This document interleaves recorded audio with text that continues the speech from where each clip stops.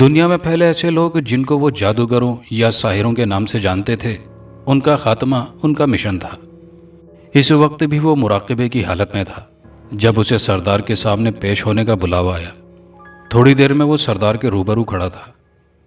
تم جانتے ہو کہ تم 22 سال کے ہو چکے ہو، ہم تمہیں مشن پر بھیجنا چاہتے ہیں، لیکن تمہارے ذہن میں کوئی سوال ہے یا پھر تم تیار ہو؟ سردار نے اپنی باروب آواز میں کہا۔ میں تیار ہوں جناب۔ اس نے اپنا سر خم کیا۔ شاباش، مجھے تم سے یہی امید تھی میناش، سردار نے کہا اور اپنی کرسی سے اٹھا۔ اس کمرے کے درمیان میں ایک 2.5 فٹ کا گول چبوترا تھا جس پر شیشہ لگا ہوا تھا۔ سردار نے اپنے ہاتھ مخصوص انداز میں چبوترے کے گرد لہرائے تو اس شیشے پر ایک دم دھواں سا چھانا شروع ہو گیا۔ دھواں چھٹنے کے بعد شیشے کے اندر ایک منظر ابھرا۔ ادھر آؤ میناش۔ میناش چلتا ہوا اس کے سامنے جا کھڑا ہوا۔ شیشے کے اندر کا منظر دیکھ کر وہ ٹھٹک گیا۔ وہ ایک لمبی سفید داڑھی والا شخص تھا جو ہاتھ میں تسبیح لے کر آنکھیں بند کیے منہ میں کچھ پڑھ رہا تھا۔ اس کے چہرے سے نور پھوٹ رہا تھا جس کی روشنی وہ کبھی کبھی اپنے سینے میں محسوس کرتا۔ پھر منظر بدلا۔ ایک 16-17 سالہ لڑکی اپنے آگے کوئی کتاب رکھے منہ ہلا رہی تھی۔ اس کی آواز وہاں سنائی نہیں دے رہی تھی۔ یہ دونوں افراد تمہارا مشن ہے، ان کو اٹھا کر یہاں لانا ہی تمہارے ذمہ ہے۔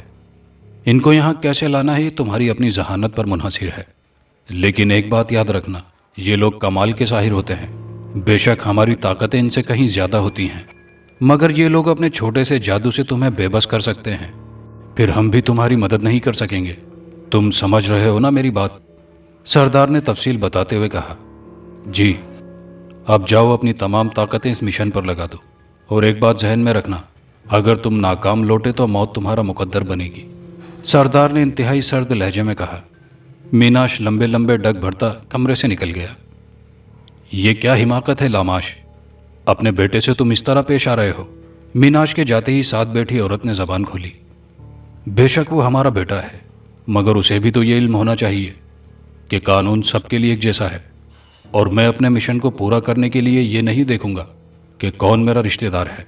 میرا مقصد صرف اور صرف ان علاقوں سے درس دینے والے مسلمانوں کا خاتمہ ہے۔ جب تک اس علاقے میں ایک بھی مسلمان ایسا ہے، میرا مشن جاری رہے گا۔ اتنا کہہ کر سردار اٹھا اور کمرے سے باہر نکل گیا۔ طلعت شاہ اس شہر میں بہت مشہور و معروف تھے۔ یہ شہرت انہیں اونچے اونچے پوسٹرز یا ٹی وی پر شائع کردہ اشتہار سے نہیں ملی تھی، بلکہ یہ تو ان کی خوشبو تھی جو اس شہر سے نکل کر دوسرے شہروں میں بھی پہنچ رہی تھی۔ وہ 5 وقت کے نمازی آدمی تھے۔ ان کا زیادہ تر وقت عبادت میں گزرتا تھا۔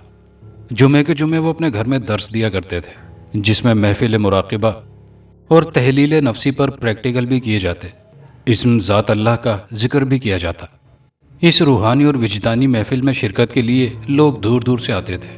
وہ کہتے، انسان کا کوئی فرقہ نہیں، انسان صرف ایک سچا مسلمان ہونا چاہیے۔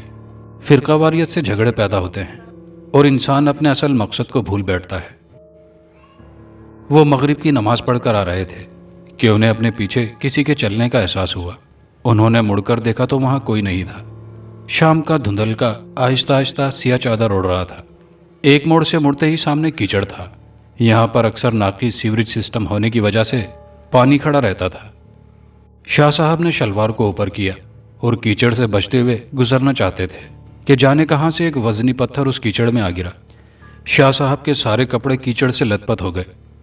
تبھی ان کو ایسا محسوس ہوا کہ ان کے جسم میں انگارے سے بھر گئے ہیں۔ کوئی ان کے وجود پر قبضہ جمانے کی کوشش کر رہا تھا۔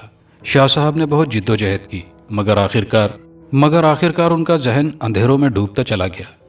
جب انہیں ہوش آیا تو ان کے جسم پر لباس برائے نام تھا اور سارا جسم گندگی سے بھرا ہوا تھا۔ وہ اس وقت ایک کرسی پر بندھے پڑے تھے۔ ان کی زبان میں سوئی پیوست تھی۔ میناش سر جھکائے ایک طرف کھڑا تھا۔ اسی وقت دروازہ کھلا اور سردار اندر داخل ہوا۔ شاباش بیٹا، شاباش، تم نے کمال کر دیا، سردار لاماش نے اپنے بیٹے کو سراہتے ہوئے کہا۔ مگر اس کے جسم پر گندگی کیوں مل دی تم نے؟ سردار نے حیرانگی سے پوچھا۔ میں نے یہ بات محسوس کی ہے کہ جب اس شخص کے کپڑوں یا جسم پر گندگی ہوگی ہماری خفیہ طاقتیں اس پر اثر کریں گی، دوسری صورت میں ہم لوگ اس کے نزدیک بھی نہیں جا سکتے۔ میں نے راستے میں بہت کوشش کی مگر جب تک اس کے کپڑے پاک تھے میں اس کو ہاتھ بھی نہیں لگا سکا، اس لیے میں نے اس کے سارے جسم پر گندگی مل دی ہے۔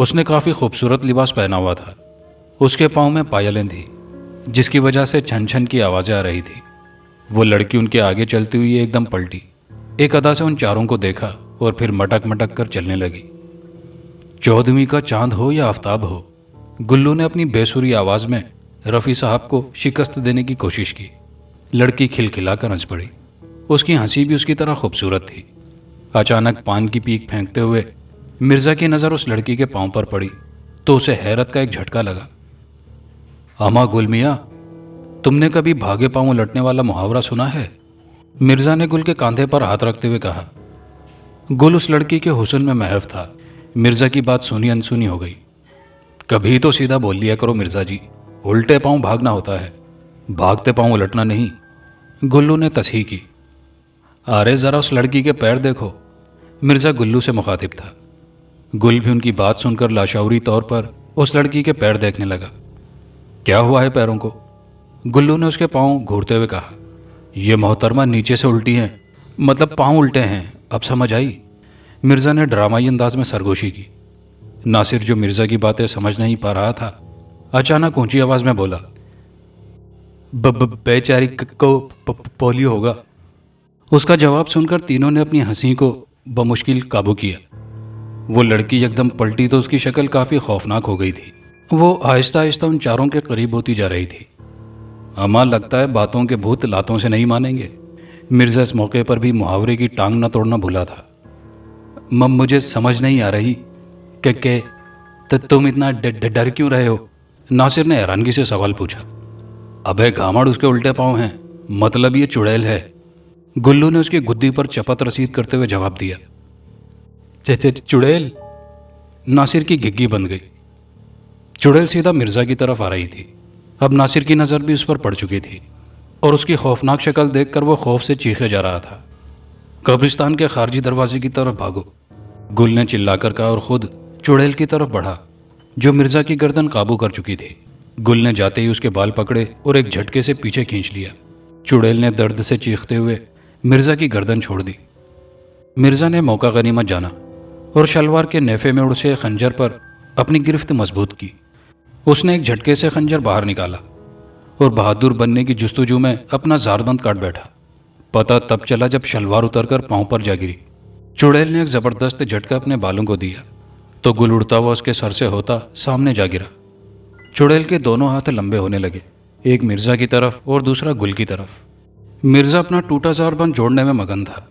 جب چڑیل کا ہاتھ قریب آیا تو جان بچانے کے لیے بھاگا, مگر اس کا ہاتھ مرزا کی شلوار پر پڑ چکا تھا. مرزا نے عزت پر جان کو ترجیح دی اور شلوار وہیں چھوڑ کر قبرستان کے خارجی راستے کی طرف بھاگا. چڑیل کا دوسرا ہاتھ گل کی گردن پر پڑ چکا تھا اور وہ اسے اٹھا اٹھا کر پٹک رہی تھی. گل اپنے آپ کو چھڑانے کی بہت جد و جہد کر رہا تھا. اسی کھینچاتانی میں جانے کب گلے میں پڑا نقش باہر آیا اور اس سے منعکس ہوتی سنہری کرنیں چڑیل کی طرف بڑھی. گل کو واضح نظر آ رہا تھا کہ نقش قرآنی کے حروف سنہرے ہو کر چڑیل کی طرف بڑھ رہے ہیں. جیسے ہی یہ حروف چڑیل کے جسم سے مس ہوئے اسے آگ نے پکڑ لیا. چڑیل کی چیخیں اتنی بھیانک تھی کہ مجبوراً گل کو اپنے کانوں میں انگلیاں ٹھونسنی پڑی. تھوڑی ہی دیر میں وہاں خاموشی کے سوا کچھ نہ تھا. گل نے تعویذ کو چوما. خدا کا شکر ہے کہ اس نے تمہیں چھوڑ دیا, اب ہم آئندہ ادھر سے نہیں گزریں گے. گلو نے ہمدردانہ لہجے میں کہا. نہیں, اب وہ ختم ہو چکی ہے, ڈرنے کی کوئی بات نہیں. میری آنکھوں کے سامنے اسے آگ لگ گئی تھی اور یہ سب اس نقش کی بدولت ہوا ہے. گل نے انہیں خوفزدہ دیکھا تو تسلی دی. چلو اچھا ہوا, خاص کم جہاں پاک. مرزا بھلا کہاں پیچھے رہنے والا تھا. تو تم بھی بہت سر نکال رہے تھے کہ 14ویں کا چاند ہو یا آفتاب ہو. اب گاؤ بولتی بند ہو گئی نا, ناصر نے گلو سے کہا جو ابھی تک کانپ رہا تھا. اس دن سے گل 5 وقت کا نمازی ہو گیا. وہ فارغ وقت میں اپنی بہن مریم سے قرآن کی تعلیم بھی لینے لگا. مریم کے پاس بہت وسیع علم تھا. وہ ہر آیت کا ترجمہ اور تفسیر کافی تفصیل سے بتاتی.